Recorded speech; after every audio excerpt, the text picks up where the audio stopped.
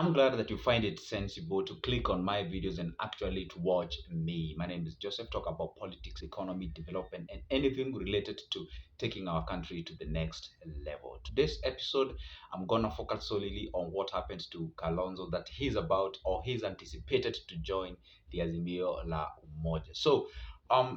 Let's get to understand. We know very well that that guy was about to be named as the running mate of the Azimio la Umoja, all right? But it happened or not on his favor. It happened that he wasn't selected. The Karua won the day, and on top of that, he decided not even to, attend the ceremony of, unveiling of the running mate or something of sort.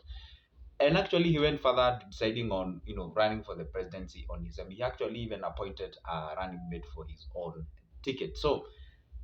But recently, like a day ago or 2 days ago, there is an anticipation that is about to come back to Azimio and actually support the Raila Odinga presidency. But that comes with hooks attached. He has what we call the minimum, or rather irreducible minimums. He has said that for him to be, or rather for him to join the Azimio la Umoja, he must be given at least 5 ministries or 5 dockets. That's quite a huge of a demand, I should say. But bearing in mind on what he brings on board, I would say it's a quite a negotiable thing. At the end of the day, it tends to look to seem as if this guy is smart than people used to think or people tend to think. As much as people call him watermelon or something of sort, he tends to know how exactly to negotiate when it comes to politics. Let's get to look at what are these exactly ministries or dockets that he demands that he must be given on top of what he was promised, what we call the premier position. All right. Well, we know very well that the premier position is not captured anywhere in our constitution. That means whatever the position has been promised, it is not captured. But what he's demanding, it's actually there. It's something tangible, something that can be given. Let's get to see what exactly are these ministries or what exactly are these dockets. Let's start with the water docket. He says he must be given the water docket. He must say, or rather, he says he must be given the energy docket. He must be given what we call the tourism docket, and he also said that he must be given what we call the finance docket. But when it comes to the finance docket, I find it that a little bit a conflict of interest there, because we know very well the outgoing governor of Kakamega, that's of Paranya, was promised the finance docket, or in the name of luring the Luya votes or something of sort. So let's get to see what number or how many votes this guy, that is the Kalonzo, gonna bring on board vis-a-vis how he is being given or what he is demanding. We know very well that Kalonzo is capable of, what we call bringing on board over 2.1 million, or let's say 2 million votes on board. But for this case, let's just talk of 1.5, assuming the other party or the other group gets the 500,000, right?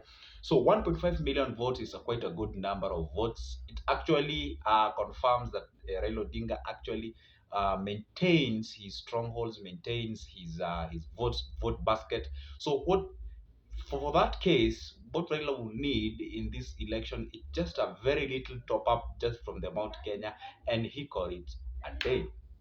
And that's why I always tell people that what Raila needs, he doesn't need a lot of votes. He just needs what we call just a little top up on what he has been getting as the 44% throughout the country. As simple as that. All right. So that means if Kalonzo comes on board and joins his hand and says Raila Tosha, then I can tell you this election is done by 8 a.m.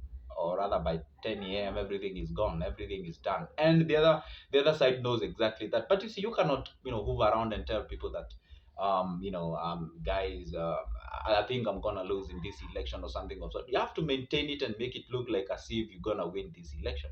Maybe he knows very well he's fighting for the 2027, but as of now, I think it will be a little bit tight and hard for him to actually cling to the top position as far as this election are concerned.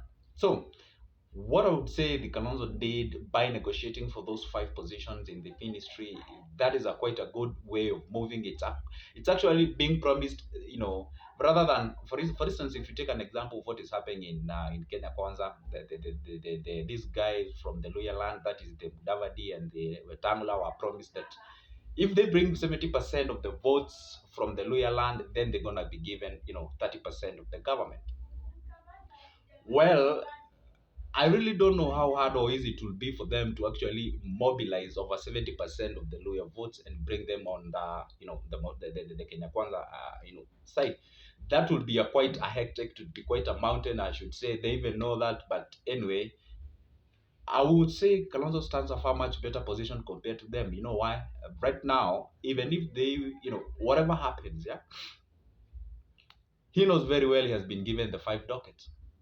And as of look of things, is that almost like 10 dockets are gone in the Azimio model. It, this is kind of a government that we can almost predict how the cabinet will look like before even the election are held. So that means that this sort of an election of from the Azimio model, it's like everything has been laid out there. Only 10 positions, or only 10 or 12 dockets are remaining to be named, or to know exactly who really takes them. But